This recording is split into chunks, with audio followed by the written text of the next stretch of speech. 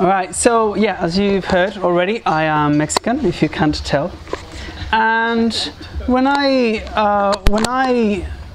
got involved with Triratna, with Buddhism, about 14 years ago, we're called Western Buddhist order. And I think that was very attractive to me, because from the name it was saying, yes, it's Buddhism, it's traditional Buddhism, but it's contemporary Buddhism. And so intuitively I knew that it was about practicing the Dharma here and now, in modern times, in my lifetime, yet very rooted in the Buddhist tradition. And as I say, I'm Mexican, and I'm a mestizo, so as you can tell, I'm pretty white. So my own kind of race is actually a mix of, well, I speak Spanish, that's not even Mexican language. So I've always kind of found very intriguing, actually, what is a Western or a modern person? What does that mean?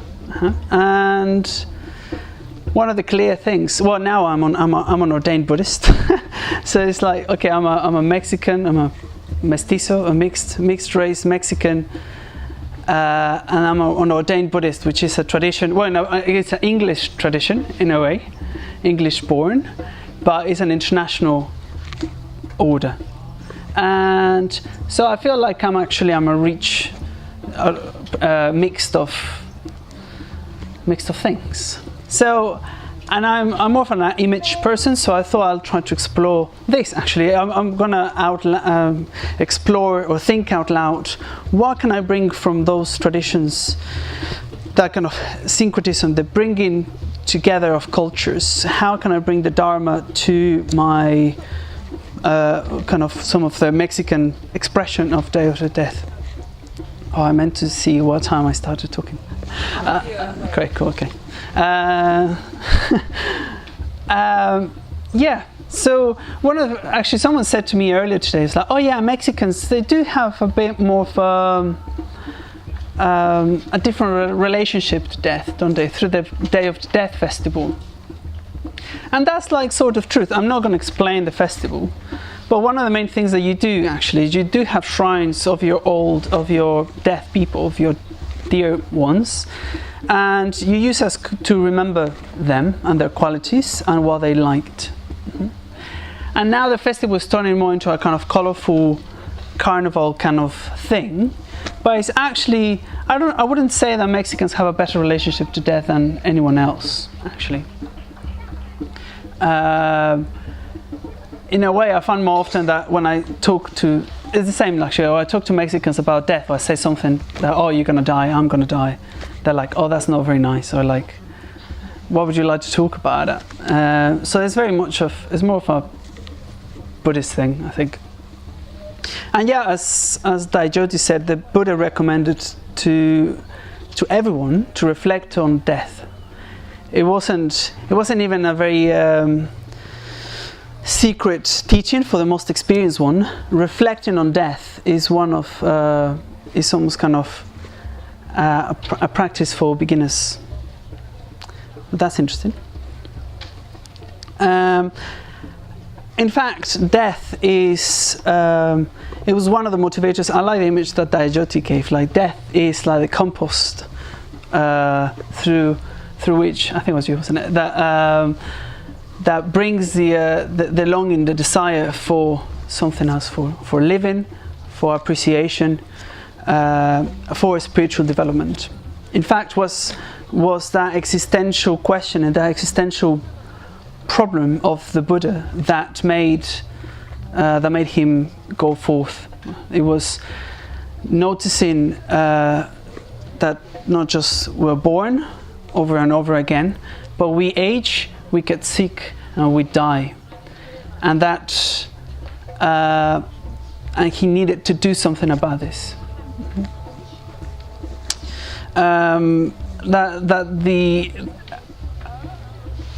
I've noticed as well, when I reflect about death, sometimes it can be liberating, as Dajit was saying, can surrender and can bring joy. And it can bring a lot of apprehension as well. I can feel the body tensing, the breath shallowing. I want to comfort food. I want to eat, or I want to push that away, not think about it, or I just want to ignore it. I want to distract myself. And these three basic responses of craving, pushing away, hatred, and ignorance, deluding, ignoring oneself, those are the three motivators. Those are the three root poisons that bring that suffering, that dukkha. And so yeah, we need to be aware of this and find a way of relating and dissolving, of putting an antidote to these poisons. In the Buddhist life, you find a character called Mara, and Mara is, funnily enough, and confused me for a number of years, that Mara, his name would be translated as the Lord of Death. That was one of his names, or one of his translations. The other is the Lord of the Realm of Desires. But the one the most common and that intrigued me the most was death. I never understood why would death be a threat or a distractor to the Buddha's growth, to the Buddha's own enlightenment, to Gautama's enlightenment. So, in a bit of a storytelling, in one of the texts, in one of the suttas, in the Sutta Nipata, in the Padana Sutta, which is called the Striving, the Buddha greets Mara as saying something like, "Why have you come here, evil one, you friend of negligence?" The name that he uses there as well is Namuchi. Namuchi is another old god's name, or local god, I believe. Someone can correct me after this, if you can. Namuchi is translated as one who withholds the water of life. I imagine this like a stagnated water. And thinking of this, when I think of actually death, what I think what Mara actually means is that pull to what is comfortable, to what is familiar, to reinforce our habits, that of pushing away, of craving, of comfort eating. That Mara, that's a person that whispers or shouts or convincingly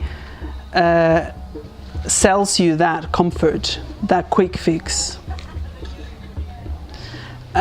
Is that what is he or she who stops the growth, the going beyond, the stepping beyond that comfort zone, beyond that familiarity, beyond the unknown, stepping into the known, away from the reactivity into creativity.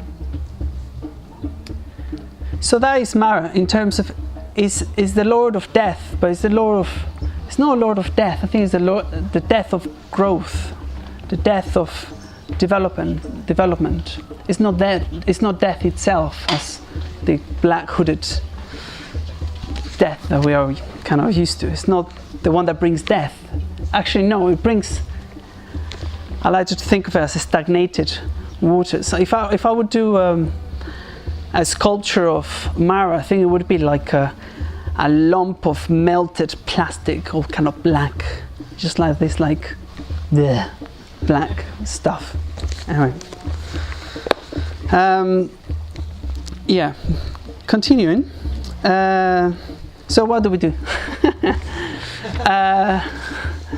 I think what makes me reflect of this is like, well, how can I then step beyond the known, the familiar, or the comfort? How do I do that? How can I surrender to what lies beyond? and I think Sarah gave already one of my Suka teachings, which is being playful, actually. Taking oneself less seriously. If you take yourself very seriously, if you think you know, if you have achieved something, if you got somewhere, then there's nothing to go, there's nothing more to learn, there's nothing to change, and there's nothing but change. So, yeah, I think I think so playful, and I think it's a good word to I thought encouraging you to engage with during the festival. In here, you might not know many people. You might find new people. You can dress up. You can face paint. You can use a mask. You can create a completely different character for the whole festival.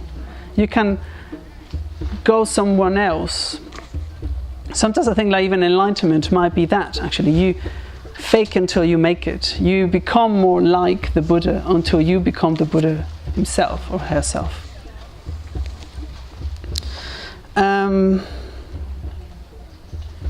Yeah. Well, thinking about death, one of the things that when I managed to reflect on death a bit more effectively, I think, it has that effect of brings me back to the moment. Where I reflect about seeing my thinking that my loved ones will die, immediately makes me think of, have I told them what I want them to know? Do I relate with them in the way that I want to know? And you can use even the small or not so small things to reflect on death and everyday life, to think how would that change your actions at that moment. A couple of weeks ago, something bit me in the palm of my hands, and then something red was and then the following day my hand was a bit swollen, and then was a bit red, like string of irritation, something kind of flowing upwards towards my arm. I was like, well, I could reflect about death, and I was with a good friend. Part of me is just like, what if I die? What if an infection just goes into my heart and have a stroke in the middle of the night, and this is it? I imagine that it's a thin edge between going into anxiety. So you have to kind of watch for that, okay? And try to not turn into anxiety. Yeah, maybe you can assume that actually to reflect on death, you have to be very positive. Actually have that lightness of heart to actually engage with death. Because actually, when death freaks me out, is that they're just is the end of X or something, and this is it. I cannot change. I cannot do anything else. But I could engage a bit deeply. It's well, what if this is the end? This whatever bite kills me. What tick or something that apparently are around. What if it kills me?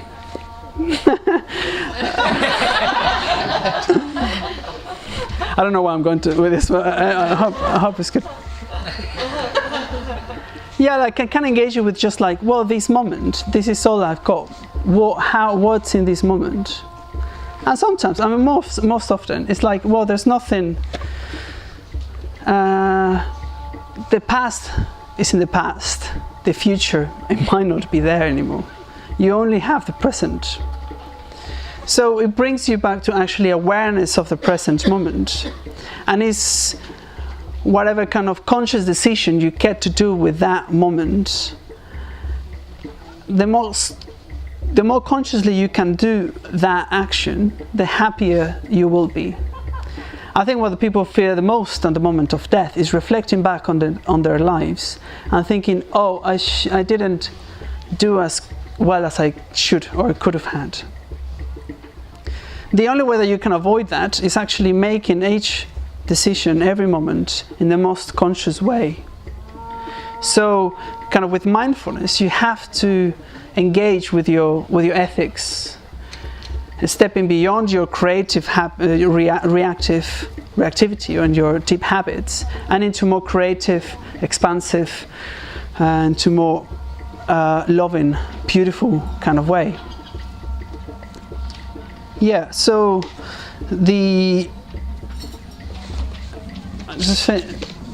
I'll finish with the first verse on the second chapter of the Dhammapada, which is a very popular Buddhist book. It says, mindfulness is the way of the immortal. On mindfulness, the way to death. Those who were mindful do not die, whereas the mindful are like the unmindful are like the dead. So it's not mindfulness as well, it's just kind of being awareness. It's awareness with ethical awareness. Yeah, so that's how we should kind of engage with life, with full awareness. This is not a prompt for that book, but yeah, there's a book called like that, Life with Full Awareness. And that's how we should kind of embrace life and every kind of moment. So yeah, this is it. So yeah, reflect on death, stepping into the unknown, being creative in a playful kind of way, with full mindfulness, ethically and skillfully, and just create beauty. And yeah, have a happy life.